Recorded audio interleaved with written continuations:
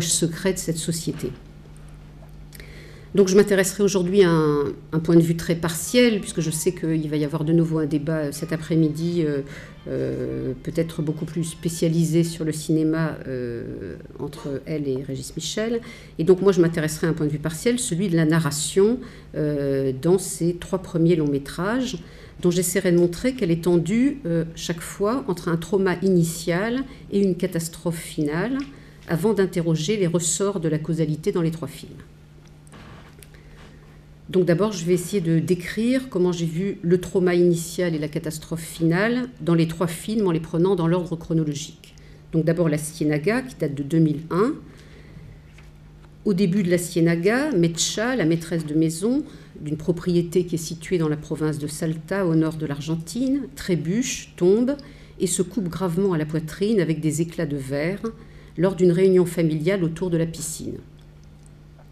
Comme son mari Gregorio, Mecha est alcoolique et sa chute, liée à son état d'ébriété, peut passer pour accidentelle. Mais ne s'agirait-il pas plutôt d'un acte manqué au sens freudien du terme, soit une chute qui révèle un laisser-tomber, un lâchage de soi?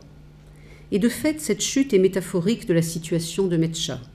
Son mariage va à volo, il n'y a plus d'argent pour entretenir la propriété. L'eau pourrissante de la piscine, comme la boue du marais, sens du mot Ciénaga, est l'emblème du film.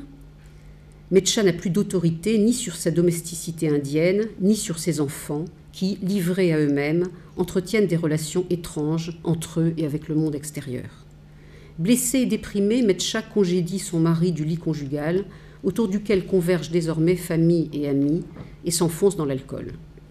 La chute inaugurale de Mecha peut donc être qualifiée de trauma parce qu'elle est le commencement de la fin, comme le lui interprète d'ailleurs l'une de ses filles et le commente son amie Tali. Mecha s'est couchée pour ne plus se relever, comme auparavant sa mère qui a passé ses dernières années alitée. La catastrophe de la fin du film consiste en une autre chute, celle de Luciano, le plus jeune fils de Tali.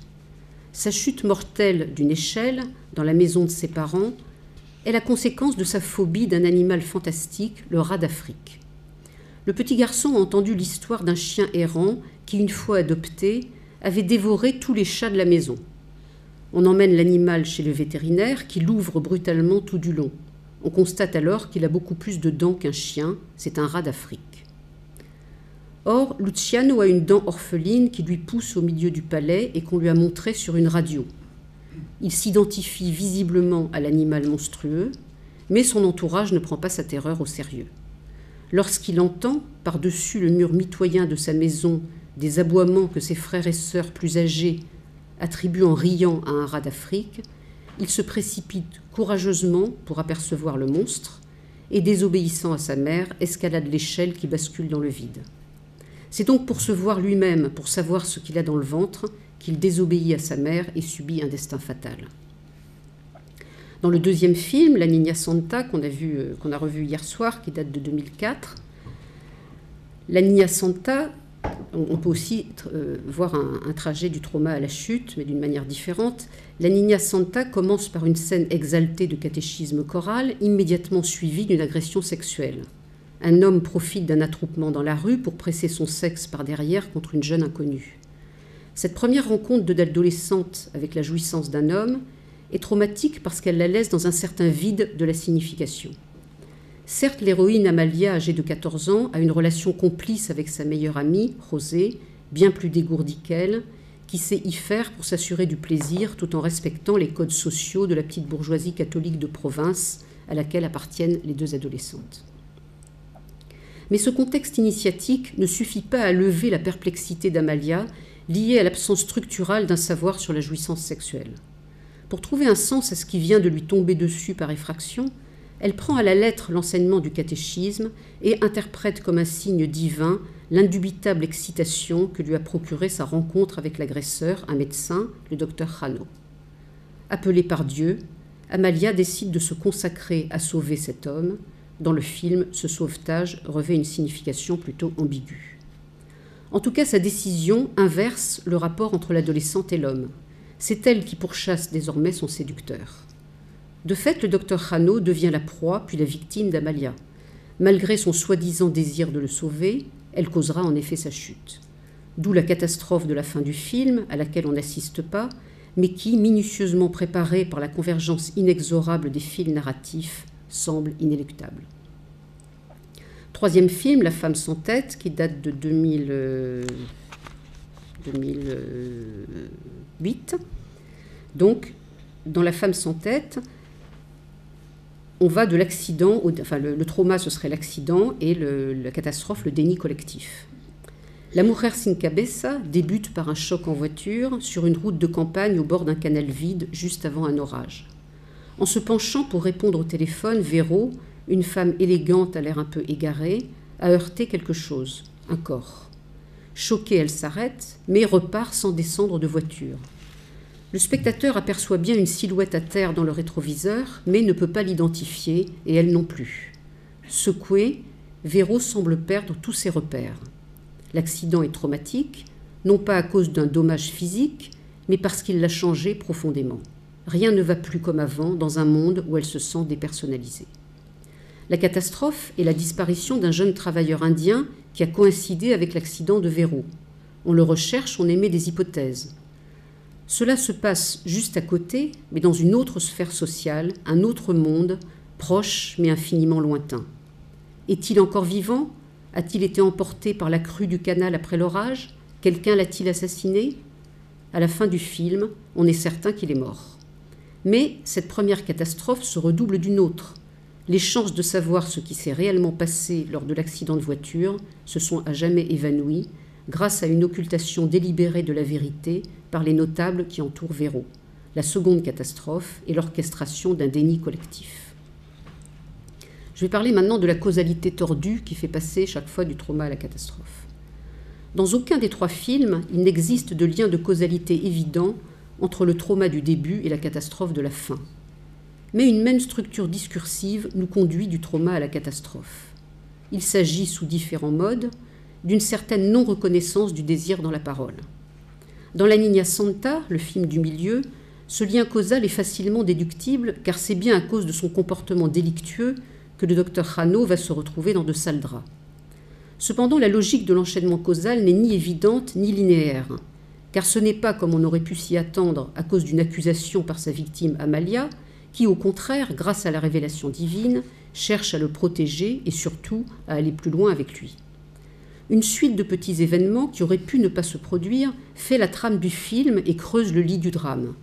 Au hasard dans la foule, le docteur Jano n'est pas tombé sur une inconnue, mais sur la fille de son hôtesse. Horrifié par l'intérêt qu'il a pourtant lui-même suscité chez l'adolescente, il la rejette maladroitement, d'une part parce qu'il a honte devant la mère d'Amalia qui a aussi un béguin pour lui, et d'autre part parce qu'il risque sa carrière et sa vie familiale. Blessée par ce rejet inattendu, Amélia, qui n'avait jusque-là rien dit, se confie alors à son amie José.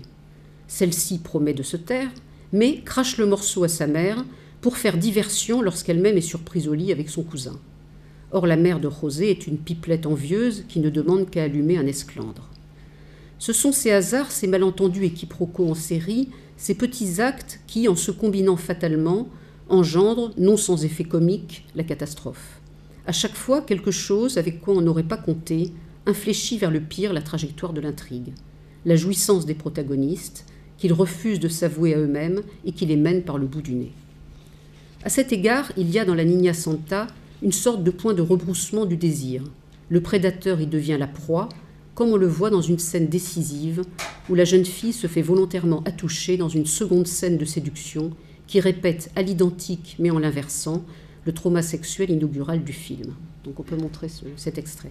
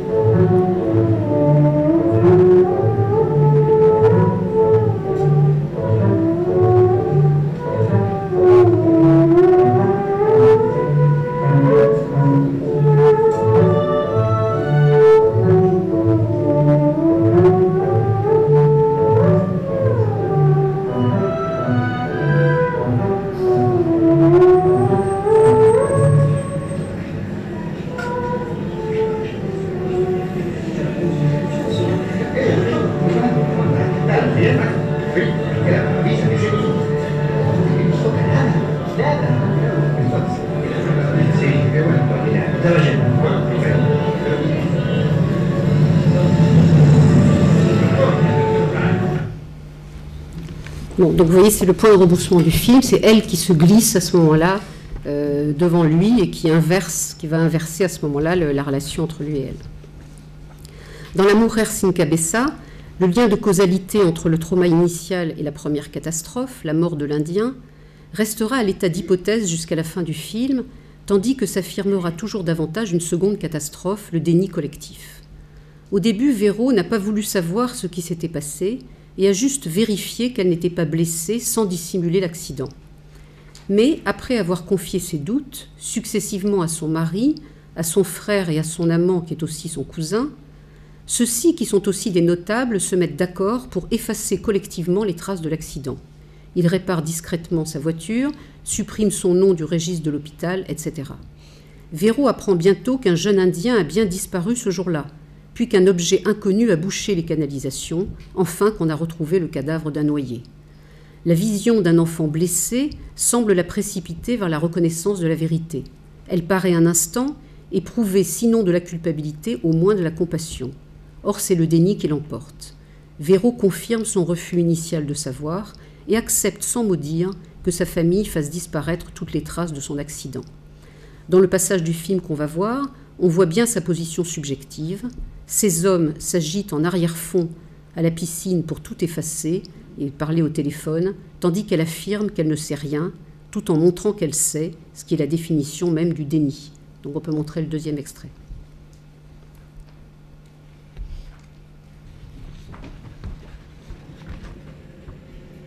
Pero después vemos.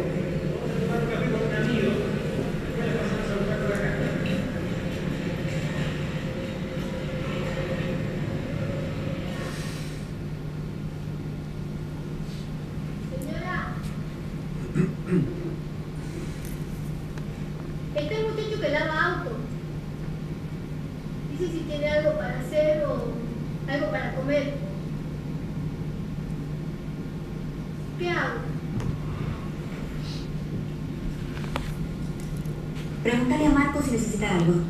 El señor se fue temprano, se llevó el auto de usted, la va a llamar más tarde. ¿No sabía nada? ¿Qué le digo, muchacho? Dale algo de comer.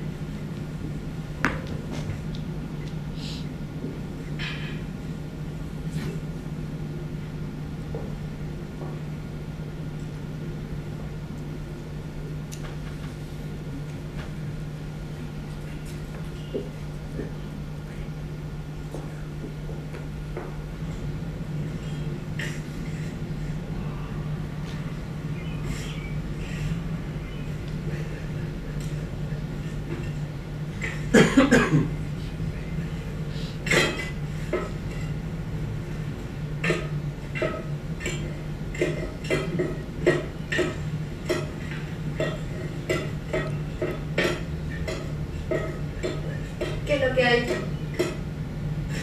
Parece, señor, que aquí taparon un puente, una pileta. Mire.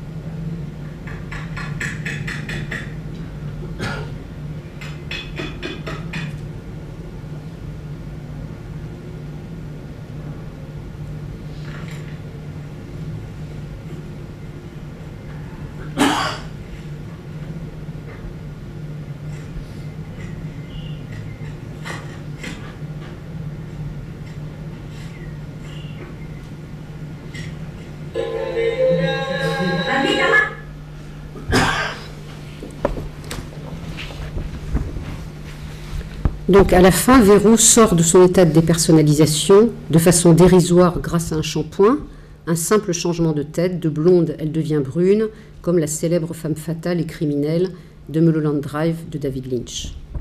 L'accident de Véro s'est transformé en un acte assumé de déni. Un crime de dissimulation volontaire a définitivement recouvert un éventuel homicide involontaire. L'héroïne a perdu toute chance de savoir ce qu'elle a réellement fait. Elle s'est donc définitivement aliénée à son trauma.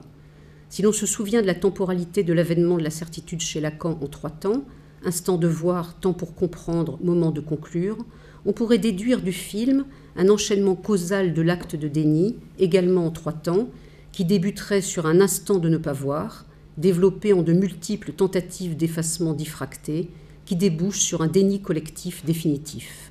Un tel système de déni a des résonances politiques, comme l'a d'ailleurs remarqué Lucrezia Martel. Et si l'on passe de la dimension de la famille à celle d'un clan plus large,